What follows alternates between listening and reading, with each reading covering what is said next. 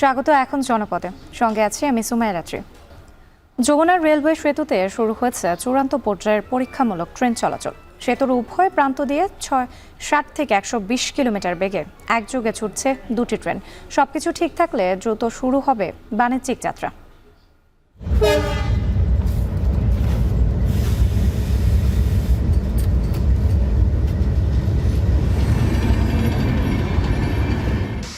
ট্রেনে জ্যাম থাকবে না, টোল ভাড়াটাও কম থাকবে, সঠিক টাইমে ভোক্তা রাখতে তারা পাবে, সেদিক দিয়ে সবাই উপকৃত হবে আর কি। তো সেতু হওয়ার কারণে আলহামদুলিল্লাহ আমাদের এখানে 4-5 মিনিটের মধ্যে আমরা সেতুটা পার হয়ে যাব। জায়গাটা সিঙ্গেল লাইন, এই জায়গাটা যদি ডাবল লাইন করে এটা আপনার যাতায়াতের দ্রুত গতিতে চলে যাবে, এই কারণে মানুষের ভোগান্তি আর থাকবে না আর কি। ঘূর্ণিঝড়, জোয়ার, জলোচ্ছ্বাসে ক্ষতিগ্রস্ত কুয়াকাটা বেড়িবাঁধ। প্রাকৃতিক দুর্যোগ এলেই আতঙ্ক বাড়ে উপকূলবাসী। ঢেউয়ের তোড়ে ভেঙে যাচ্ছে সৈকতের বিভিন্ন স্থান।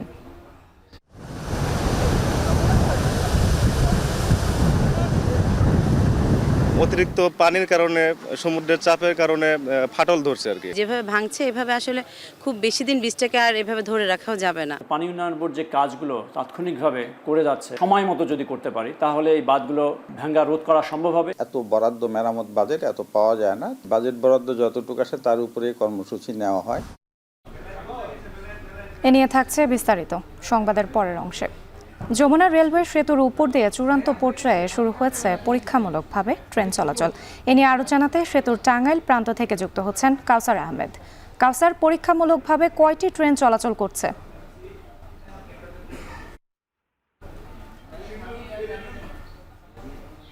রাত্রি আমি আছি টাঙ্গাইল প্রান্তে। উভয় প্রান্ত থেকে দুটি ট্রেন চলাচল করছে। 4টি কোচ ও একটি ইঞ্জিন নিয়ে কিন্তু তারা একসাথে সেতুর মাঝামাঝি স্থানে এসে কিন্তু একটি অপরটিকে ওভারটেক করছে। আর এই 30 থেকে 40 সেকেন্ড আগে কিন্তু টাঙ্গাইল প্রান্ত থেকে একটি ট্রেন কিন্তু 80 কিলোমিটার বেগে সিরাজগঞ্জের দিকে ছুটে গেল এবং অপর প্রান্ত থেকে কিন্তু আরেকটি ট্রেন আসতেছে, সেটিও সেতুর মাঝামাঝি আছে বলে জানিয়েছে প্রকল্প সংশ্লিষ্টরা। এর আগে সকাল 9:30টার দিকে উভয় প্রান্ত থেকে একযোগে পরীক্ষামূলকভাবে এই ট্রেন চলাচল শুরু হয়েছে। আর এর আগেও গত 24 নভেম্বর কিন্তু উভয় প্রান্ত থেকে তারা পরীক্ষামূলকভাবে ট্রেন চলাচল করেছে। তবে এই প্রকল্প সংশ্লিষ্টরা বলছেন যে উদ্বোধনের আগে আজকে চূড়ান্তভাবে পরীক্ষামূলকভাবে তারা ট্রেন চলাচল এর পরীক্ষামূলক করছেন। আর এদিকে এই প্রকল্প সংশ্লিষ্ট যারা রয়েছেন তারা বলছেন যে তারা ইতিহাসের অংশ হতে পেরে তারা খুবই উচ্ছ্বাসিত। আমরা লক্ষ্য করেছি যে ট্রেনের প্রকল্প সংশ্লিষ্ট যারা আছে তারা কিন্তু এক ট্রেন করে অপর প্রান্তে যাচ্ছে এবং অপর ট্রেনে করে কিন্তু টাঙ্গাইল প্রান্তে আসতেছেন। আর এদিকে যারা পরিবেশবিদ রয়েছেন তারা কিন্তু একটি দাবি করেছেন। তারা বলছেন যে পাশাপাশি দুটি সেতু হওয়ার কারণে এতে করে নদীর যে স্রোত সেই স্রোত কমে যাবে এবং উজানে ভাঙনের সম্ভাবনা রয়েছে বলে জানিয়েছেন কয়েকজন পরিবেশ কর্মী। আর এদিকে প্রকল্প পরিচালক যিনি আছেন তিনি জানিয়েছেন যে আগামী এই ফেব্রুয়ারির শুরুর দিকে এটি উদ্বোধন হওয়ার কথা রয়েছে, তখন এটি আনুষ্ঠানিকভাবে যাত্রা শুরু করবে। আর এদিকে টাঙ্গাইল স্টেশনের কয়েকজন যাত্রী জানিয়েছেন যে রেল সেতুটি 2 লেনের হলেও টাঙ্গাইল থেকে অর্থাৎ যমুনা সেতুর পূর্ব পার থেকে টাঙ্গাইলের গাজীপুর পর্যন্ত যে রেল সড়কটি রয়েছে এটি কিন্তু সিঙ্গেল লেনের। আর এটি তারা বলছেন যে সেতুতে 100 থেকে 120 কিলোমিটার গতিতে ট্রেন চলাচল করলেও টাঙ্গাইল মহেরা, মির্জাপুর এবং এই বঙ্গবন্ধু সেতুর পূর্ব স্টেশনে কিন্তু অনেক যাত্রীকেই এই ট্রেনের জন্য অপেক্ষা করতে হবে। তারা বলছেন যে এই সড়কটি হচ্ছে সিঙ্গেল, এটি যদি ডাবল করার দাবি জানিয়েছেন। আর এদিকে কয়েকজন ব্যবসায়ী জানিয়েছেন যে এই রেল সেতুটি উদ্বোধন হওয়ার পর কিন্তু এই বাণিজ্যিকে অন্য একটি মাত্রা যোগ হবে। তারা বলছেন যে যারা ব্যবসায়ী রয়েছেন উত্তরাঞ্চল থেকে যারা সবজি সহ বিভিন্ন পণ্য এনে এই স্থানীয় টাঙ্গাইল ও ঢাকায় নিয়ে বিক্রি করেন তাদের জন্য অনেক খরচ বাঁচবে। আর এদিকে যাত্রীরা বলছেন যে ট্রেনে চলাচলের ট্রেনে চলাচলের জন্য কিন্তু অনেকের সময় বাঁচবে এবং ভোগান্তি অনেকটা লাঘব হবে। তো এই ছিল রাত্রি টাঙ্গাইলের যমুনা সেতুতে ট্রেন চলাচলের সবশেষ তথ্য। যমুনার রেলওয়ে সেতুর ট্রেন চলাচলের খবর জানাতে টাঙ্গাইল থেকে যুক্ত ছিলেন কাউসার আহমেদ। বায়ু দূষণে অতীতের সব রেকর্ড ছাড়িয়েছে বাংলাদেশ। বায়ুমান 300তেই বিপজ্জনক হলেও গেল ডিসেম্বরে 4 দফা তা 800 অতিক্রম করে। বক্ষব্যাধি জটিল আকার ধারণের পাশাপাশি দেশে বায়ু দূষণের মৃত্যুহার বাড়লেও নিয়ন্ত্রণে নেই তেমন কার্যকর উদ্যোগ। বাইরে মাস্ক পরা, ঘরে গাছ লাগানোর পাশাপাশি নিয়মিত ফুসফুসের ব্যায়ামের মাধ্যমে ব্যক্তি পর্যায়ে দূষণ রোধের পরামর্শ বিশেষজ্ঞদের। মোজাহিদ শুভর বিশেষ প্রতিবেদনে দেখুন বাকিটা। 60 পেরিয়ে শ্বাসকষ্টের জালে আটকে গেছেন নাসিমা আক্তার। সুস্থতার আশায় চাঁদপুরের মতলব থেকে এসেছেন ঢাকার জাতীয় বক্ষব্যাধি হাসপাতালে। ইটের ভাটা বেষ্টিত অঞ্চলে তিনি নিজেও লাকড়ি চুলায় রান্না করেছেন যুগের পর যুগ, যা তার ফুসফুসের কার্যক্ষমতাকে দুর্বল করেছে ধীরে ধীরে। এখন তো সারাদিন দিয়ে রাখি বা 5-10 মিনিট খুলে রাখি বা আধা ঘন্টা খুলে রাখি। 2023 সালে বায়ু দূষণে শীর্ষে থাকা বাংলাদেশ 24-এও 10 গুণ বেশি দূষণ নিয়ে দফায় দফায় শীর্ষে এসেছে। শুষ্ক মৌসুমে একাধিকবার বাতাসের মান সূচকে 300-র বেশি স্কোর নিয়ে চরম অস্বাস্থ্যকর নগরীর তালিকায় জায়গা করে নেয় ঢাকা। বায়ুমান 300-র বেশি খুবই অস্বাস্থ্যকর হলেও অতীতের সকল রেকর্ড ভেঙে 24-এর ডিসেম্বরে 800 অতিক্রম করেছে। এই পরিস্থিতি অতি বিপজ্জনক বা জরুরি অবস্থা ঘোষণার মতো। যদিও এসব নিয়ে মানুষের খানিক মাথা ব্যথা থাকলেও তা বন্ধে নেই কার্যকরী উদ্যোগ। মাস্ক ছাড়া যদি আপনি 2 মিনিট থাকবেন, 2 মিনিট থাকার পরে যখন আপনি কপ বা ছ্যাপ ফালাইবেন, ছাতে দেখবেন যে ধুলাইতেছে। এরপরে মনে করেন যে শ্বাসকষ্ট হয়ে জায়গা, কাশি হয়ে জায়গা। ধুলাবালুর জন্য আমার ঠান্ডা লেগে যায়, মাস্ক পরতে পারি না, তারপর শ্বাস বন্ধ হয়ে যায়। ইটের ভাটা এগুলো কিন্তু এখন নিষিদ্ধ করা হচ্ছে। এখন কিন্তু এই জিনিসগুলো নিশ্চিত করা, এই যে জবাবদিহিতাটা নিশ্চিত করা, এই ক্ষেত্রে কিন্তু তরুণরা একটা ভূমিকা রাখতে পারেন। নতুন যে আমাদের বর্তমান সরকার, সে দূষণ মুক্ত করতে পারে চাইলেই। শহর এলাকার বায়ু দূষণের অন্যতম কারণ বছর জুড়ে রাস্তা খোঁড়াখুড়ি ও নির্মাণ কাজ। এখান থেকে সর্বোচ্চ বায়ু দূষণ হয়, যার হার 30%। এরপর 29% ইটভাটা ও শিল্প কারখানার ধোঁয়া থেকে। যানবাহন থেকে 15, দেশের বাইরে থেকে ভেসে আসা বাতাস থেকে 9.5, গৃহস্থলীর রান্নাবান্না থেকে 8.5 ও পোড়ানো বর্জ্য থেকে 6% বায়ু দূষণের শিকার হলেও এসব বন্ধে কার্যকরী কোনো পদক্ষেপ নেই। গত 12 বছর ধরে আমরা 1 থেকে 3-এর ভিতরে অবস্থান করছি অ্যাজ এ হোল বাংলাদেশ। ফিটনেসবিহীন যে যানবাহনগুলো আছে এগুলো তাৎক্ষণিকভাবে ফেজ আউট করার, দূষণকারী ইটের ভাটাগুলো বা অবৈধ ইটের ভাটাগুলোকে ইনস্ট্যান্টলি বন্ধ করে দেওয়া, অবৈধভাবে যেখানে সেখানে যে বর্জ্য পোড়ানো হচ্ছে সেটি যারা করছে তাদেরকে আইনের আওতায় নিয়ে আসা, শুধু জনবল ডেপ্লয় করে সেখানে সদিচ্ছা এবং আন্তরিকতার সহিত এই কাজগুলো করলে বায়ু দূষণটা অনেকাংশে কমে আসতো। চারপাশের দূষণের জালে আটকে দেশের মানুষের গড় আয়ু কমেছে প্রায় 7 বছর। বিশেষজ্ঞরা বলছেন, মাত্রাতিরিক্ত বায়ু দূষণে ফুসফুসের রোগগুলো জটিল আকার ধারণ করছে। যাদের অ্যাজমা আছে তাদের অ্যাজমার তীব্রতা বেড়ে যায়, যাদের সিওপিডি আছে তাদের তীব্রতা বেড়ে যায় এবং বারবার জটিলতায় পড়ে। যাদের রোগ প্রতিরোধ ক্ষমতা কম আছে তাদের মধ্যে বারবার নিউমোনিয়া বা ফুসফুসের সংক্রমণ দেখা দেয়। আরও প্রচুর যক্ষ্মা রোগীর সৃষ্টি হয় এবং যক্ষ্মা সংক্রমণটা বেড়ে যায়। ইভেন ফুসফুসের ক্যান্সারও কিন্তু এই বায়ু দূষণের কারণে হয়ে থাকে অনেকাংশে। আমরা তো ট্রিটমেন্ট দেই, ট্রিটমেন্ট চালাইলে অ্যাটলিস্ট কিছু কিছু ডিজিজ আছে প্রোগ্রেসার হয় না, যেখানে আছে স্থিতি অবস্থায় থাকে। কাজেই ইনসাইটিং ফ্যাক্টর যেটা কজ করে যেটা রোগটা, সেইটাকে আগে বাদ দিতে হবে। বিগত 44 বছরে পৃথিবীতে বায়ু দূষণের কারণে প্রাণহানি হয়েছে 13 কোটি মানুষের, আর বাংলাদেশে 2021 সালে সর্বোচ্চ 2,36,000 মানুষের প্রাণ গেছে, যদিও প্রকৃত সংখ্যা আরও অনেক বেশি। রাজনৈতিক অগ্রাধিকার বায়ু দূষণের ক্ষেত্রে যদি না দেয়া হয় এবং দূষণ রোধের সবগুলো পথ যদি বন্ধ না করা হয়, তাহলে ঘরে বসেই দেশের প্রতিটি নাগরিক মৃত্যু ঝুঁকিতে পড়বেন বলে আশঙ্কা করছেন বিশেষজ্ঞরা। মুজাহিদ শুভ, এখন ঢাকা।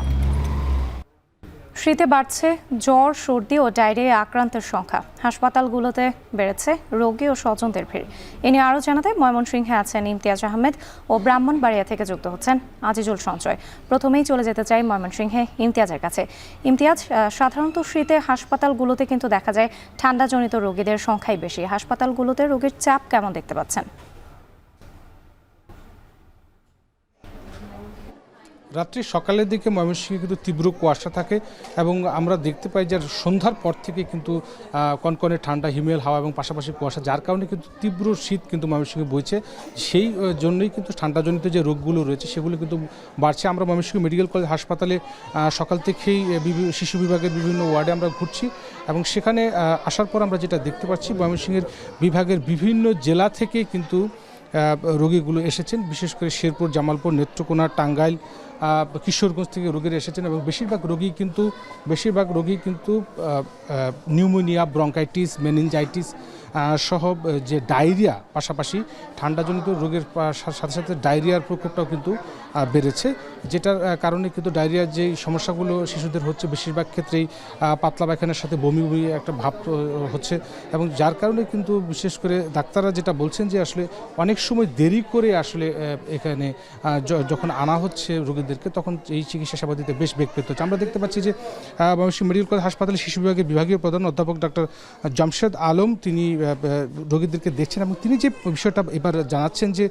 মূলত যে পরিমাণ শয্যা সংখ্যা রয়েছে ময়মনসিংহ মেডিকেল কলেজ হাসপাতালে শিশু বিভাগে, তার কয়েকগুণ রোগী কিন্তু এখানে ভর্তি থাকে, যার জন্য আসলে শিশু বিভাগের শয্যা সংখ্যা বাড়ানোর পাশাপাশি কিন্তু চিকিৎসক, নার্স এবং অন্যান্য সরঞ্জামাদি বাড়ানোর একটা প্রয়োজন রয়েছে। পাশাপাশি একটি শিশু হাসপাতাল দীর্ঘদিন ময়মনসিংহবাসীর দাবি, সেইটি যেন দ্রুত সময়ের মধ্যে সমাধান করা গেলে কিন্তু আসলে মূলত এই শিশুর এই যে সুচিকিৎসাটা আরও নিশ্চিত হবে।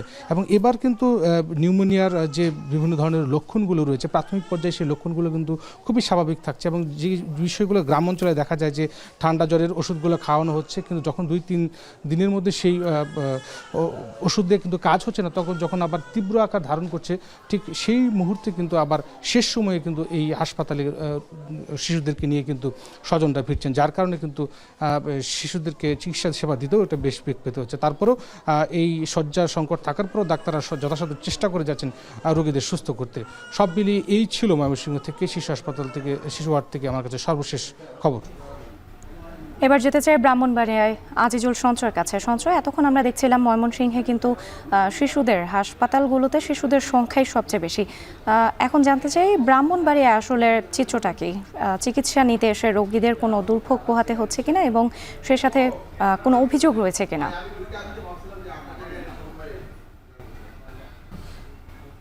রাত্রি ময়মনসিংহের মতো কিন্তু ব্রাহ্মণবাড়িয়ার চিত্রটাও ঠিক একই রকম। অর্থাৎ এই ব্রাহ্মণবাড়িয়া জেনারেল হাসপাতালে কিন্তু গত ডিসেম্বর মাসের শেষ সপ্তাহ থেকে ডায়রিয়া এবং নিউমোনিয়া আক্রান্ত রোগীর সংখ্যা কিন্তু বাড়ছে। এবং আমি এখন আছি ব্রাহ্মণবাড়িয়া জেনারেল হাসপাতালে যে ডায়রিয়া ওয়ার্ডে, এখানে মূলত আসলে আপনি যে দুর্ভোগের যে কথাটি বলছিলেন, আসলে রাত্রি মূলত এই ডায়রিয়া ওয়ার্ডে আসলে যেই পরিমাণ শয্যা রয়েছে তার থেকেও কিন্তু দ্বিগুণ পরিমাণ রোগী আসলে প্রতিদিন কিন্তু এখানে ভর্তি হচ্ছেন, যার ফলে আসলে বাধ্য হয়ে কিন্তু আসলে এখানে এখন এই যে রোগীদের কিন্তু আসলে মেঝেতে শুয়ে কিন্তু এখন চিকিৎসা নিতে হচ্ছে বলে আমরা কিন্তু এখানে দেখেছি। এবং এর ফলে আসলে এই যে রোগী এবং রোগীর স্বজনরা কিন্তু বেশ সীমাহীন কিন্তু দুর্ভোগ কিন্তু পোহাতে হচ্ছে। একটু জানিয়ে রাখি রাত্রি, ব্রাহ্মণবাড়িয়া জেনারেল হাসপাতালে কিন্তু প্রতিদিন অন্তত 40 থেকে 50 জনের মতো কিন্তু নতুন করে আক্রান্ত রোগী কিন্তু এখন ভর্তি হচ্ছে ডায়রিয়া ওয়ার্ডটিতে। এবং আসলে বাধ্য হয়ে কিন্তু তারা এখানে শয্যা না পেয়ে এই যে আপনি নিশ্চয়ই দেখতে পাচ্ছেন মেঝেতে কিন্তু তারা এখানে চিকিৎসা নিচ্ছেন। তবে এখানে কিন্তু একটি সংকট আসলে আমরা লক্ষ্য করেছি।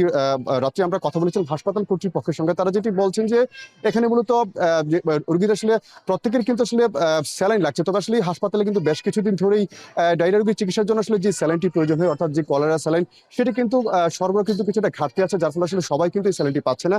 এছাড়া যে রোগীদের হাতে আসলে যে ক্যানোলা যেটি করা হয়, সেই ক্যানোলার যে সরঞ্জাম সেটিও কিন্তু হাসপাতালে এখন সরবরাহ নেই বলে আসলে আমরা জানতে পেরেছি। এবং যার ফলে আসলে রোগীরা এখন হাসপাতালের বাইরে থেকে কিন্তু আসলে কিছুটা বাড়তি দর দিয়ে এই সরঞ্জামটি কিন্তু তারা কিনতে হচ্ছে এবং এতে করে আসলে তাদের কিন্তু চিকিৎসা ব্যয় কিন্তু তাদের বাড়ছে। একটু জেনে রেখে রাত্রে আমরা কথা বলেছিলাম ব্রাহ্মণবাড়িয়া জেনারেল হাসপাতালের যিনি তত্ত্বাবধায়ক আছেন ডাক্তার রতন কুমার ঢালি, তার সঙ্গে আমার কথা হয়েছে। তিনি যেটি বলছেন যে আসলে এখন এই মুহূর্তে মূলত ভাইরাসজনিত কারণে কিন্তু রোগীরা সবচেয়ে বেশি আক্রান্ত হচ্ছেন এই ডায়রিয়াতে, এবং এই ভাইরাসটি কিন্তু মূলত আসলে এই যে শিশু যে রোগীরা আছে তাদেরকে কিন্তু সবচেয়ে বেশি আক্রান্ত করছে। এবং এখানে কিন্তু তারা কিন্তু বলছেন যে আসলে এই ক্ষেত্রে আসলে তারা কিন্তু বলছেন যে এই যে রোগীর আসলে যারা স্বজন বা রোগীর যে আত্মীয় স্বজন তাদেরকে কিন্তু আসলে এই যে রোগীদের খাবার দাবারে কিন্তু কিছুটা সচেতন হওয়ার জন্য কিন্তু তারা বলছেন। এবং তারা বলছেন যে আসলে এই যে আসলে ডায়রিয়া হওয়ার পর আসলে এই যে যেই তরল খাবার খাওয়ানো বা আসলে যে ডাব বা অন্য যেসব খাবার আছে সেই খাবারগুলো কিন্তু আসলে খাওয়ানোর জন্য কিন্তু তারা পরামর্শ দিচ্ছেন, এবং যে পরিষ্কার পরিচ্ছন্ন থাকার জন্য কিন্তু তারা পরামর্শ দিচ্ছেন রোগীরা। একটু জেনে রাখি, রাত্রি ডাক্তার রতন কুমার ঢালি কিন্তু বলেছেন যে আসলে ইতিমধ্যে তারা এই যেসব সরঞ্জামগুলো আসলে এখন ঘাটতি আছে সেই সরঞ্জামগুলো কেনার জন্য কিন্তু তারা ইতিমধ্যে দরপত্র আহ্বান করেছে, এবং তারা আশা করছেন আগামী সপ্তাহখানেকের মধ্যে কিন্তু এসব সরঞ্জাম কিন্তু হাসপাতালে এসে পৌঁছবে, এবং তখন কিন্তু রোগীদের এই যে সেবা দিতে কোনো ধরনের কিন্তু সমস্যা হবে না বলে তিনি আশা প্রকাশ করছেন। তো রাত্রি আমার কাছে এই ছিল ব্রাহ্মণবাড়িয়া জেনারেল হাসপাতাল থেকে এখানকার যে ডায়রিয়া এবং নিউমোনিয়ার রোগীর সংখ্যা যে বাড়ছে সেই সংক্রান্ত সবশেষ তথ্য। ময়মনসিংহ এবং ব্রাহ্মণবাড়িয়ায় ঠান্ডাজনিত রোগীর সাথে সাথে বাড়ছে ডায়রিয়া রোগের সংখ্যা। এ নিয়ে বিস্তারিত জানাতে হাসপাতালগুলো থেকে যুক্ত ছিলেন সহকর্মীরা। নাটোর সদর হাসপাতালের 250 শয্যার চিকিৎসা কেন্দ্রে দেখা দিয়েছে জীবন রক্ষাকারী ওষুধের ভয়াবহ সংকট। শীতজনিত রোগের চিকিৎসায় প্রয়োজনীয় ওষুধ থেকে শুরু করে সরঞ্জাম কিছুই মিলছে না চাহিদা অনুযায়ী। ফলে বাধ্য হয়ে বাইরের ফার্মেসি থেকে কিনে চিকিৎসা নিচ্ছেন রোগীরা। জাহিদুল ইসলাম সুমনের ক্যামেরায় আরও জানাচ্ছেন মাহবুব হোসেন। নাটোর সদর উপজেলার শিহাব হোসেনের স্ত্রী ডায়রিয়া আক্রান্ত শিশুপুত্রকে ভর্তি করেছেন 250 শয্যার সদর হাসপাতালের ডায়রিয়া ওয়ার্ডে। কিন্তু শয্যা না পাওয়ার পাশাপাশি স্যালাইন, ক্যানুলা সহ প্রয়োজনীয় সব ওষুধই কিনতে হয়েছে বাইরের ফার্মেসি থেকে, অথচ হাসপাতাল থেকেই এসব সরবরাহের কথা। ভর্তি করানোর পরে এখানে কোনো বেড নেই, বেড খালি নেই। এখন পরে ওনারা ওষুধ লিখে দিয়েছে, কিছু ওষুধগুলো বাইরে থেকে নিয়ে আসতে হয়েছে। এখানে কোনো ওষুধ নেই, ক্যানোলা পড়াইছি, ক্যানোলাও না। সদর হাসপাতালে নিয়ম অনুযায়ী 66 ধরনের ঔষধ সরবরাহের কথা থাকলেও বর্তমানে মাত্র 24 ধরনের ঔষধ মিলছে। ফার্মেসি থেকে অর্ধেকেরও কম ওষুধ দেওয়া হচ্ছে। ফলে ডায়রিয়া, সর্দি কাশি, শ্বাসকষ্ট বা সাধারণ জ্বরের রোগীদেরও গুনতে হচ্ছে বাড়তি টাকা। ভর্তি হওয়ার পরে ওরা প্রেসক্রিপশন করে দিল, ওই ওষুধগুলো আমরা বাইরে থেকে কিনে আনলাম, আর ওরা শুধু একটা স্যালাইন দিচ্ছে। ডাক্তার মোটামুটি 6টা ওষুধ লিখে দিচ্ছে, তার মধ্যে 3টাই নেই, আছে গ্যাস আর ভিটামিন, এছাড়া কোনো ওষুধই নেই। এখানে যেমন প্যারাসিটামল, জিঙ্ক এগুলো সিরাপ আমাদের আছে, বাইরের যেগুলো সেগুলো তো লিখে দিতেই হবে আমাদের, যেটা আদৌ কখনো আসে নাই সেটা তো লিখে দিতেই হবে। সময় মতো দরপত্র আহ্বান না করায় এ সংকট তৈরি হয়েছে। তবে দ্রুত সমাধানে 5 কোটি টাকার দরপত্র আহ্বান করা হয়েছে বলে জানান জেলার সিভিল সার্জন। এই সংকটটি অতি দ্রুত 10 থেকে 15 দিনের ভিতরেই সমাধান হয়ে যাবে বলে ইনশাআল্লাহ আমরা আশা করছি যে সবভাবে এটি পরিপূর্ণভাবে আমাদের রোগীদের সেবার জন্য ওষুধ সহ সমস্ত সেবা পরিপূর্ণভাবে আমাদের হাসপাতালে চালু হওয়া সম্ভব হবে। এদিকে প্রতিদিন এই হাসপাতালে 2 শতাধিক বহির্বিভাগের রোগী ও অনুমোদিত শয্যার 4 গুণ রোগী চিকিৎসা নেন। তাই ঔষধ সরবরাহ স্বাভাবিক করতে দ্রুত পদক্ষেপের দাবি ভুক্তভোগীদের। মাহবুব হোসেন, এখন নাটোর। ঘূর্ণিঝড়, জোয়ার, জলোচ্ছ্বাসের মতো প্রাকৃতিক দুর্যোগে কুয়াকাটায় বেড়িবাঁধের বিভিন্ন স্থান ক্ষতিগ্রস্ত হয়েছে। বিভিন্ন প্রাকৃতিক দুর্যোগে এসব স্থানে সবসময় ফাটলের শঙ্কায় থাকেন স্থানীয়রা। এছাড়া সাগরের ঢেউয়ের তোড়ে ভেঙে যাচ্ছে সৈকতের বিভিন্ন স্থান। পানি উন্নয়ন বোর্ড বলছে, কুয়াকাটার বেড়িবাঁধ ও সৈকত রক্ষায় উন্নয়ন প্রকল্পের প্রস্তাব মন্ত্রণালয়ে পাঠানো হয়েছে। মাহমুদ নবীর তোলা ছবিতে ফেরদৌস সোহাগের প্রতিবেদন। সমুদ্র সৈকত কুয়াকাটায় একই স্থানে দাঁড়িয়ে সূর্যোদয় ও সূর্যাস্ত দেখা যায়। এছাড়াও ঝাউবন, লাল কাঁকড়া সহ এখানে রয়েছে মোহনীয় দর্শনীয় স্থান। সাগরের 20 থেকে 22 কিলোমিটার গভীরে রয়েছে চরবিজয় বা ভিক্টোরিয়া আইল্যান্ড। প্রকৃতির টানে প্রতিনিয়ত অসংখ্য পর্যটকের সমাগম ঘটে কুয়াকাটায়। তবে কুয়াকাটা সমুদ্র সৈকতটি অনবরত ভাঙনের শিকার হচ্ছে। ঝড়, জলোচ্ছ্বাস ও জোয়ারের পানিতে ক্ষতিগ্রস্ত হচ্ছে কুয়াকাটাকে রক্ষাকারী বেড়িবাঁধ। সামনের বর্ষায় বাঁধের দুর্বল ও ক্ষতিগ্রস্ত অংশ ধসে যাওয়ার শঙ্কায় স্থানীয় ও পর্যটকরা। কুয়াকাটা সমুদ্র সৈকতের যে 2 থেকে 3-4 কিলো বেড়িবাঁধগুলো আছে, এগুলা প্রতি বছরই ভাঙনের কারণে, অতিরিক্ত পানির কারণে, সমুদ্রের চাপের কারণে ফাটল ধরছে আর কি। যেভাবে ভাঙছে এভাবে আসলে খুব বেশি দিন বীজটাকে আর এভাবে ধরে রাখাও যাবে না। যে গর্তগুলি আছে ওইগুলি মেরামত করতে হবে, সৌন্দর্য বৃদ্ধি করতে হবে, তাহলে কুয়াকাটাতে দেশ ও বিদেশের সব পর্যটক আকৃষ্ট হবে। আলিপুর থেকে সাবমেরিন ক্যাবেল স্টেশন হয়ে লেবুরবন পর্যন্ত বেড়িবাঁধের দৈর্ঘ্য 38.09 কিলোমিটার। গেল বর্ষায় এ বাঁধটির 30টির বেশি স্থানে গর্ত তৈরি হয়। সেগুলো সময়মতো মেরামত না করলে এবং সৈকতের ভাঙন অব্যাহত থাকলে পর্যটন ব্যবসা ক্ষতির মুখে পড়ার আশঙ্কা খাত সংশ্লিষ্টদের। ঝড় বৃষ্টিতে আর আমাদের সমুদ্রের ঢেউয়ের কারণে অনেকটা ক্ষতিগ্রস্ত হয়ে যায়। পাশাপাশি সমুদ্রের পাড় ভেঙে যায় বৃষ্টিবাদলের কারণে, ঢেউর কারণে, আর এই দুইটির কারণে আমাদের পর্যটন শিল্পটা খুবই ক্ষতির মুখে। বিশ্বের বিভিন্ন দেশ পর্যটন খাতকে আয়ের অন্যতম উৎস হিসেবে বিবেচনা করে। মালদ্বীপ, শ্রীলঙ্কা, ভারত সহ প্রতিবেশী দেশগুলো এক্ষেত্রে বেশ এগিয়ে। তাই পর্যটন শিল্পের উন্নয়নে পানি উন্নয়ন বোর্ডের কার্যক্রমে গতি ও স্বচ্ছতা আনা জরুরি বলে মনে করেন অর্থনীতিবিদরা। পানি উন্নয়ন বোর্ড যে কাজগুলো তাৎক্ষণিকভাবে করে যাচ্ছে, সেই কাজগুলো যদি আমরা যথাযথভাবে করতে পারি, 100% স্বচ্ছতার সাথে করতে পারি এবং সময় মতো যদি করতে পারি, তাহলে এই বাঁধগুলো ভাঙা রোধ করা সম্ভব হবে। তাতে করে কি হবে, পর্যটকরা বেশি আকৃষ্ট হবে এবং কুয়াকাটার যে বাণিজ্যিক কার্যক্রম, অর্থনৈতিক কার্যক্রম, সেগুলো গতি পাবে। জলোচ্ছ্বাস ও বন্যার মতো প্রাকৃতিক দুর্যোগে প্রতি বছরই বেড়িবাঁধ ক্ষতিগ্রস্ত হয়। সেগুলো মেরামতের উদ্যোগও নেওয়া হয়। তবে যে পরিমাণ ক্ষতি হয় সে অনুযায়ী অর্থ বরাদ্দ না পাওয়ার দাবি পানি উন্নয়ন বোর্ডের কর্মকর্তার। বাঁধ তো মনে করেন যে ওই উপকূলীয় এলাকায় প্রায় 3000 কিলোমিটার, তার এত বরাদ্দ মেরামত বাজেট এত পাওয়া যায় না। তো যতটুকু পাওয়া যায় তার উপরেই আমাদের বার্ষিক যে মেরামত পরিকল্পনা সেটা করে থাকি। বাজেট বরাদ্দ যতটুকু আসে তার উপরেই কর্মসূচি নেওয়া হয়। 1960 সালে কুয়াকাটায় প্রথম বেড়িবাঁধ নির্মাণ হয়। 2017 সালে সিইআইপি প্রজেক্টের অধীনে বেড়িবাঁধের পুনর্নির্মাণ করা হয়। এছাড়া বিভিন্ন সময়ে বেড়িবাঁধ সংস্কার করা হয়, কিন্তু টেকসই বেড়িবাঁধ নির্মাণ না হওয়ায় উপকূলের মানুষ দুর্যোগপূর্ণ আবহাওয়ায় থাকেন শঙ্কায়। পর্যটন কেন্দ্র হিসেবে এই কুয়াকাটার বেড়িবাঁধ সংস্কার, রক্ষণাবেক্ষণ, নির্মাণ এবং কুয়াকাটার এই সমুদ্র সৈকত ভাঙন রোধে যতটা গুরুত্ব পাওয়ার কথা এখনও ততটা গুরুত্ব দেওয়া হচ্ছে না বলে মনে করছেন কুয়াকাটার পর্যটন খাত সংশ্লিষ্টরা। কুয়াকাটার এই বেড়িবাঁধ এবং সমুদ্র সৈকত নির্মাণ এবং রক্ষণাবেক্ষণে যথাযথভাবে গুরুত্ব দেওয়া হলে কুয়াকাটার পর্যটন খাতও আরও উন্নত হতো। ফিরদাউস সোহাগ, এখন কুয়াকাটা। সাভারের চাঁদার দাবিতে এক ব্যবসায়ীকে অপহরণের পর গুলি করে অভিযোগে মোশাররফ হোসেন মুসা নামে এক ব্যক্তিকে গ্রেপ্তার করেছে গোয়েন্দা পুলিশ। শনিবার রাতে রাজধানীর মোহাম্মদপুর এলাকায় অভিযান চালিয়ে তাকে গ্রেপ্তার করে ঢাকা জেলা উত্তর ডিবি পুলিশ। তারা জানায়, গেল 31 ডিসেম্বর রাতে সাভারের হিমায়তপুরে ব্যবসায়ী রমজান খানের ডান পায়ে গুলি করে তার কাছ থেকে 1 লাখ টাকা ও মোবাইল ফোন ছিনিয়ে নেওয়া হয় দুর্বৃত্তরা। এ ঘটনায় সাভার মডেল থানায় মামলা করা হলে মুসাকে গ্রেপ্তার করা হয়। তার বিরুদ্ধে হিমায়তপুর এলাকায় চাঁদাবাজি, ছিনতাই সহ নানা অভিযোগ রয়েছে বলেও জানায় পুলিশ। নানা চড়াই উতরাই পার হয়ে আবারও ঘুরে দাঁড়াচ্ছে মৌলভীবাজারের পর্যটন খাত।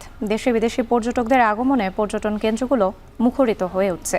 লোকসানের ধকল কাটিয়ে আবারও চাঙ্গা হয়ে উঠেছে এ খাতের বিভিন্ন মাধ্যম। এতে খুশি ব্যবসায়ীরা। পর্যটনকে আকর্ষণীয় করে তুলতে নানা উদ্যোগ নেওয়ার কথা বলছে পর্যটন কর্পোরেশন ও প্রশাসন। মৌলভীবাজার থেকে MA হামিদ জানাচ্ছেন বাকিটা। পাহাড়, টিলা, হাওর, ঝর্ণা সব মিলিয়ে যেন আপন রূপে সেজেছে প্রকৃতি। তাই তো শীতে প্রকৃতির মনোরম দৃশ্য উপভোগ করতে মৌলভীবাজারে ভিড় বাড়ছে দর্শনার্থীদের। পরিবার পরিজন নিয়ে ঘুরতে এসে উচ্ছ্বসিত পর্যটকরা। কেউ পরিবার নিয়ে ঘুরে বেড়াচ্ছেন এক টিলা থেকে অন্য টিলা, কেউ আবার ভিড় করছেন চা বাগান কিংবা হাওরে। তবে বিভিন্ন পর্যটন কেন্দ্রের প্রবেশ ফি ও হোটেল মোটেলগুলোর বাড়তি দাম নিয়ে ক্ষোভ প্রকাশ করেন অনেকে। Here is the wonderful place, very interesting, natural. খাবারের যে মানটা ছিল বা প্রাইজিং এর সাথে কোয়ান্টিটিটাও ম্যাচ করছিল না, এর জন্য হচ্ছে গিয়ে আনফরচুনেটলি একদিন ঘুরেই হচ্ছে গিয়ে ফিরে যেতে হচ্ছে। যেভাবে আমরা আশা করছিলাম সেভাবে আমরা পাইনি। পর্যটক বাড়ায় ঘুরে দাঁড়িয়েছে জেলার পর্যটন খাত, বেচাকেনা বেড়েছে ব্যবসায়ী ও পরিবহন চালকদের। টুরিস্টরা যদি আসে বেশি বেশি করে আসে তখন সময় আমাদের একটু ইনকাম ভালো হয়। ডেলি 3,000-4,000 করে লুজু করতেছি সিএনজি দিয়া। 800-700 এরকম বাঁচতো আর কি, তেল খরচ বাদে। এখন প্রায় 1,000-1,200-1,400 এরকম। পর্যটন খাতকে আকর্ষণীয় করতে নতুন নতুন উদ্যোগ নেয়ার কথা জানান ব্যবসায়ীরা। শমশেরনগর বিমানবন্দর চালু ও রাস্তাঘাট সংস্কার করলে পর্যটক বাড়বে বলে আশা তাদের। প্রশাসনের কাছে জোর দাবি জানাচ্ছি আমাদের পর্যটন স্পটগুলোতে যাতে মানুষ সহজে যেতে পারে সেই ব্যবস্থাটা করুন, এগুলোকে আরেকটু আকর্ষণীয় করুন, পর্যটকদের জন্য টয়লেটের ব্যবস্থা করুন। যোগাযোগ ব্যবস্থা যদি আমরা আরো উন্নতি করতে পারি এবং আইনের প্রয়োগ যেটাকে বলে, আইন অবশ্যই আছে, আইনের প্রয়োগে যদি সরকার আরো বেশি সোচ্চার হন তাহলে দেখবেন কি ইনশাল্লাহ সবাই আমরা এটাকে সাপোর্ট দিব, এটা সবাই লাভবান হবে। এ খাত চাঙ্গা করতে বেশ কিছু পদক্ষেপ নেয়ার কথা জানান উপজেলা নির্বাহী কর্মকর্তা। পার কিলোমিটার অনুযায়ী প্রত্যেকটা ভাড়া আমরা পাবলিক করে দেওয়ার একটা পরিকল্পনায় আছি। দ্বিতীয় যে খণ্ডটা, যে হোটেল বা রিসোর্টগুলো সেখানে ভাড়া নিচ্ছে যার যার মতো করে, সেটা আমরা যথাযথ কর্তৃপক্ষকে অবহিত করব। হোটেল মোটেল সহ বাড়তি ভাড়া রোধে নজরদারি বাড়ানোর দাবি পর্যটকদের। এখন মৌলভীবাজার। কারিগরি ত্রুটির কারণে 1.5 ঘন্টা বন্ধ থাকার পর দেশের প্রধান পুঁজিবাজার ঢাকা স্টক এক্সচেঞ্জ ডিএসইতে লেনদেন শুরু হয়েছে। সকাল থেকে ব্রোকার হাউসগুলোর কার্যক্রমেও ছিল স্থবিরতা। সেই খবর জানাতে রাজধানীর মতিঝিল থেকে যুক্ত হচ্ছেন সহকর্মী বাইজিদ সাদ। 1.5 ঘন্টা লেনদেন বন্ধ থাকায় বিনিয়োগকারীরা কতটা ক্ষতিগ্রস্ত হলেন?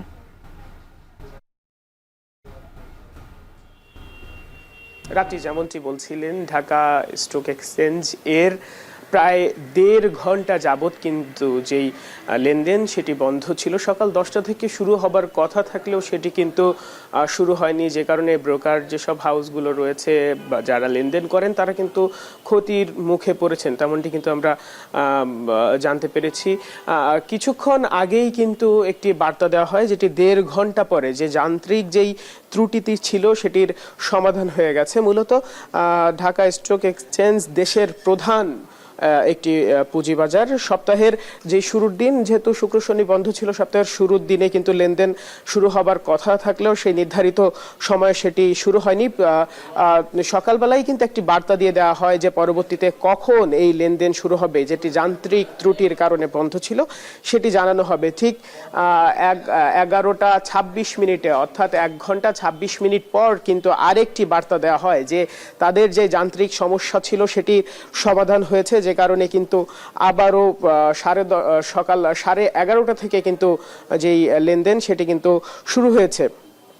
এদিকে লেনদেনের খরায় পুঁজিবাজারের মন্দাভাবও কিন্তু দেখা যাচ্ছে যে কাটছিল না। আর গেল সপ্তাহে 4 কার্য দিবসে ডিএসসির সার্বিক সূচক 15 পয়েন্ট বাড়লেও এই সপ্তাহের 4 কার্য দিবসেই লেনদেন হয়েছে 400 কোটি টাকার নিচে, যেটি কিন্তু একটি দুশ্চিন্তার কারণ। আবার অন্যদিকে যারা রয়েছেন, যারা এই শেয়ার বাজারে যাদের লেনদেন হয় তারা কিন্তু একটি দুর্ভোগে পড়েছেন। তারা বলছেন যে তাদের যে লেনদেন শুরু হবার কথা ছিল সকাল 10টা থেকে, সেটি কিন্তু দেরিতে শুরু হয়েছে। আবার বিভিন্ন সময় দেখা যায় যে এই লেনদেনটি যখন দেরিতে শুরু হয় সেক্ষেত্রে কিন্তু সময়ও লেনদেনের বাড়িয়ে দেওয়া হয়। তবে এখন পর্যন্ত কিন্তু তেমন কোনো বার্তা আমরা পাইনি যে আবারও তাদের এই যে লেনদেন, সেই লেনদেনের সময়টা বর্ধিত করা হবে কিনা, সেটি কিন্তু সেরকম কোনো বার্তা আদতে এখন পর্যন্ত জানানো হয়নি। তবে কারিগরি একটি ত্রুটি, অর্থাৎ যান্ত্রিক ত্রুটির কারণে কিন্তু এটি বন্ধ ছিল। আমরা যতটুকু জানতে পেরেছি, নেটওয়ার্কের যে জটিলতা, নেটওয়ার্ক জটিলতার জন্য মূলত এই যেই সেটি কিন্তু যান্ত্রিক ত্রুটি দেখা গিয়েছে। তবে এটি সার্ভারের বিশেষ কোনো সমস্যা নয় বলে কিন্তু জানা গেছে। আর এই লেনদেন কিন্তু 11:30 থেকে শুরু হয়েছে। এই ছিল আমার কাছে সব শেষ। 1.5 ঘন্টা বন্ধ থাকার পর ঢাকা স্টক এক্সচেঞ্জ ডিএসইতে নওগাঁ কৃষি প্রধান জেলা হলেও নেই সরকারি কোনো হিমাগার। বেসরকারি যে কয়েকটি হিমাগার রয়েছে সেটাও জেলার জন্য পর্যাপ্ত নয়। সরকারিভাবে হিমাগার নির্মাণ হলে কৃষকদের জন্য সুবিধা হবে আলু সংরক্ষণে। এতে মধ্যস্বত্বভোগীদের দৌরাত্ম্য কমবে, ভালো দাম পেয়ে লাভবান হবেন কৃষক। আব্বাস আলীর তথ্য ছবিতে দেখুন বাকিটা। নওগাঁ জেলার বদলগাছি উপজেলার দেউলিয়া গ্রামের কৃষক ইদ্রিস আলী গত বছর 5 বিঘা জমিতে হাইব্রিড জাতের আলু রোপণ করে ফলন পেয়েছিলেন 630 মণ। রোপণ থেকে শুরু করে হিমাগারে রাখতে খরচ হয়েছিল মোট 2 লাখ টাকা। লাভের আশায় এবছরও আলু রোপণ করেছেন 7 বিঘা জমিতে। তবে আলু সংরক্ষণে জেলায় পর্যাপ্ত ব্যবস্থা না থাকায় রাখতে হয় পাশের জেলা বগুড়ার হিমাগারে। ফলে পরিবহন ও শ্রমিকের জন্য গুনতে হয় বাড়তি টাকা। আমাকে সমস্যা হলে কোল্ড স্টোরটা আমাকে নিজস্ব জেলার মধ্যে নেই, বাইরে জেলাতে রাখতে হয়, দূর দূরান্তর কারণে আগাম বুক দিতে হয় এবং গাড়ি ভাড়া অনেক বেশি দিতে হয়। অনেক কৃষক রাখতেই পারে না। হিমাগারে আলু সংরক্ষণের জন্য কৃষকদের নির্দিষ্ট সময়ের মধ্যে রসিদ নিতে হয়। নির্ধারিত সময়ে আলু না রাখতে পারলে আর সম্ভব হয় না হিমাগারে রাখা, পড়তে হয় লোকসানে। এতে কম দামে আলু কেনায় লাভবান হন মধ্যস্বত্বভোগীরা। মৌসুমের শুরুতে যখন আমরা আলু তুলি তখন 30 টাকা 40 টাকা কেজি লাগে, কিন্তু আমাদের দারিদ্রতার কারণে হোক আর হলো ব্যবস্থার কোনো হিমাগারে রাখার বা কোনো ব্যবস্থা না থাকার কারণে আমরা বেঁচে দেই। চেক টেক কাটার পর আমার যাতে দেরি হচ্ছে আর জায়গা পাইনি, জায়গা না পাওয়াতে লাস্টে যাই আমি সেই আলু বেচে দিছি 1100 টাকা মণ। আর কিছুদিন থাকলে হয়তো 1000-3000 টাকা মণ বিক্রি হলে হয়নি। কৃষকদের অভিযোগ, আগাম জাতের বীজ আলু পাশের জেলা থেকে তাদের বেশি দামে কিনতে হয়। জেলায় যেসব হিমাগার রয়েছে সেখানে শীতলীকরণ গ্যাস কম থাকায় পচে নষ্ট হয়ে যায় আলু। আমাদের হিমাগারে রাখার কোনো সুযোগ বা ব্যবস্থা নেই, যার কারণে আমরা ব্যবসায়ীর কাছে পরে বেশি দামে সিন্ডিকেটের কবলে নিতে হয়। এলা আলু তুলে বড় ভালো বীজ আনলে ভালো ফল হয় না, আবার মনে করেন যে কিছু আলু নষ্ট হয়ে যায়, এটা কোনো জবাববন্দি দেয় না, খুঁজেও পাওয়া যায় না। আমরা বাইরে থেকে বগুড়া থেকে বীজ নিয়ে আসি, এখানে ফলন ভালো হয়, আমাদের নওগাঁর গাছে ফলন ভালো হয় না। জেলায় রয়েছে 7টি হিমাগার, যার ধারণ ক্ষমতা 46,530 টন। এবছর কৃষকদের আলু উৎপাদনের আশা 4,88,190 টন। এর মধ্যে আলুর চাহিদা রয়েছে 1,20,000 টন।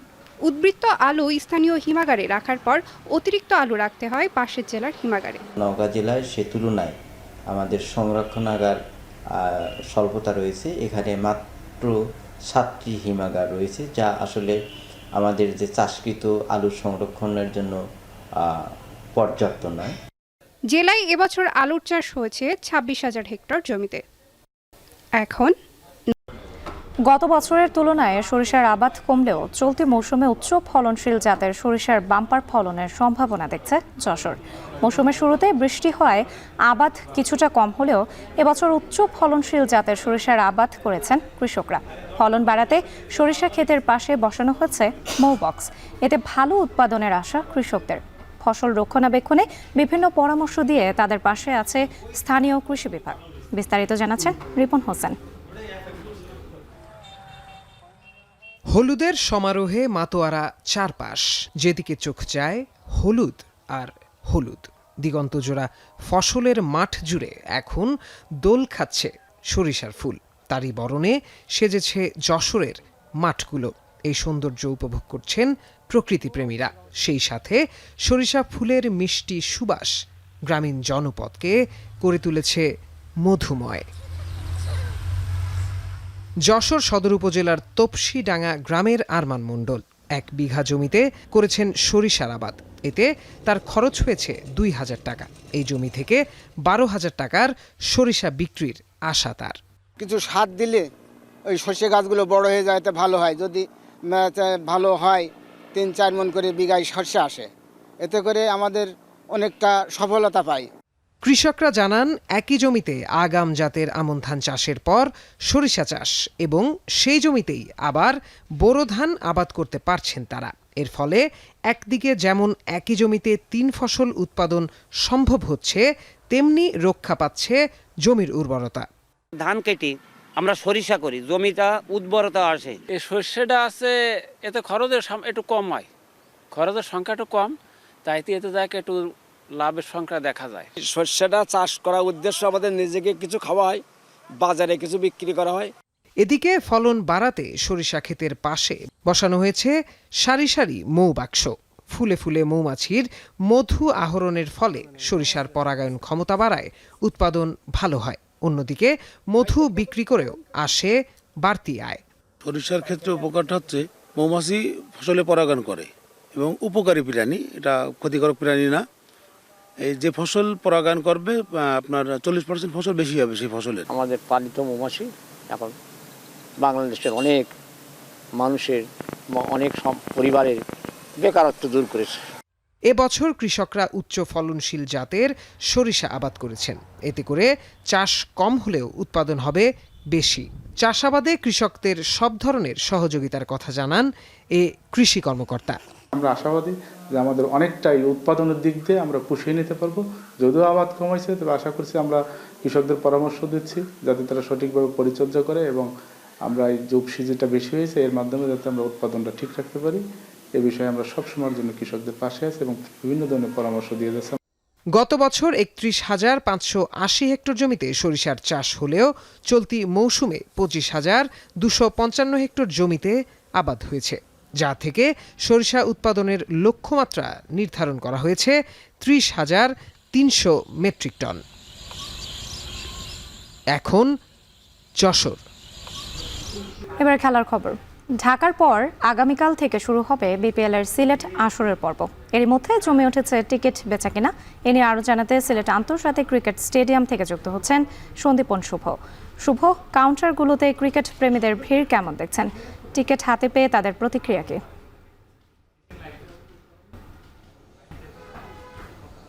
রাত্রি আমি রয়েছি সিলেট ইন্টারন্যাশনাল ক্রিকেট স্টেডিয়ামে এবং আমরা ভোর থেকে লক্ষ্য করছিলাম যে সিলেটের ক্রীড়াপ্রেমী মানুষ কিন্তু তারা উন্মুখ হয়েছিলেন ক্রিকেট কেনার জন্য এবং গতকালকেও আমরা সেটি একই চিত্র দেখেছিলাম। তবে আজকে বেলা বাড়ার সাথে সাথে কিন্তু যদিও এখানে দীর্ঘ লাইন নেই, তারপরে কিন্তু মানুষের আগ্রহ রয়েছে, মানুষ কিন্তু একে একে টিকিট কিনছেন। এবং আমি যদি একটি কথা আপনাকে জানিয়ে রাখতে চাই, এখানকার টিকিট বিক্রির পরিবেশ কিন্তু অত্যন্ত সুশৃঙ্খল রয়েছে, শান্তিপূর্ণ পরিবেশে কিন্তু টিকিট ক্রয় বিক্রয় হচ্ছে। কোনো ধরনের অপ্রীতিকর ঘটনা ঘটেনি। আমরা যদিও খবর পেয়েছিলাম ঢাকা পর্বে কিন্তু কিছুটা বিশৃঙ্খলা হয়েছিল, কিন্তু এখানে একদমই কোনো প্রকার অপ্রীতিকর ঘটনা ঘটেনি। সুন্দর শান্তি শৃঙ্খল পরিবেশে টিকিট বিক্রি হচ্ছে। এবং আমরা বিসিবির একজন কর্মকর্তার সাথে একটু আগে আলাপ করছিলাম, উনি বলছিলেন যে কাঙ্ক্ষিত মাত্রার চেয়েও বেশি টিকিট বিক্রি হবে সিলেটে, এবং সিলেটের মানুষ তো সবসময় ক্রীড়ামোদী, তো তারা কালকে বিকেলে যখন টিকিট বিক্রিটি শুরু হয় তখন থেকেই মানুষজনের ভিড় ছিল। আজকেও ভোর থেকে আমরা আলাপ করেছিলাম কানাইঘাট, জকিগঞ্জ, সিলেটের যে দূরবর্তী অঞ্চলগুলো, বিয়ানীবাজার, বিভিন্ন অঞ্চল থেকে কিন্তু মানুষজন আসছেন টিকিট কেনার জন্য এবং সেই 5টা থেকে অধীর আগ্রহ নিয়ে তারা অপেক্ষা করছিলেন যে কখন তারা সেই টিকিটটি কিনবেন। এবং 10টা থেকে 10:30 পর্যন্ত কিন্তু এখানে অনেক ভিড় ছিল। আস্তে আস্তে ভিড় কমে এসেছে এবং আসল কথা হচ্ছে ক্রীড়ামোদী সিলেটবাসী কিন্তু অনেকটাই ভালোবাসেন ক্রিকেট যখনই হয়। আপনি দেখেছেন বিপিএলের অন্যান্য আসরগুলোতে এরকম ভিড় ছিল এবং মানুষ অনেক বেশি উন্মুখ ছিল, দর্শকরা উপভোগ করেছিলেন প্রিয় খেলোয়াড়দের খেলা।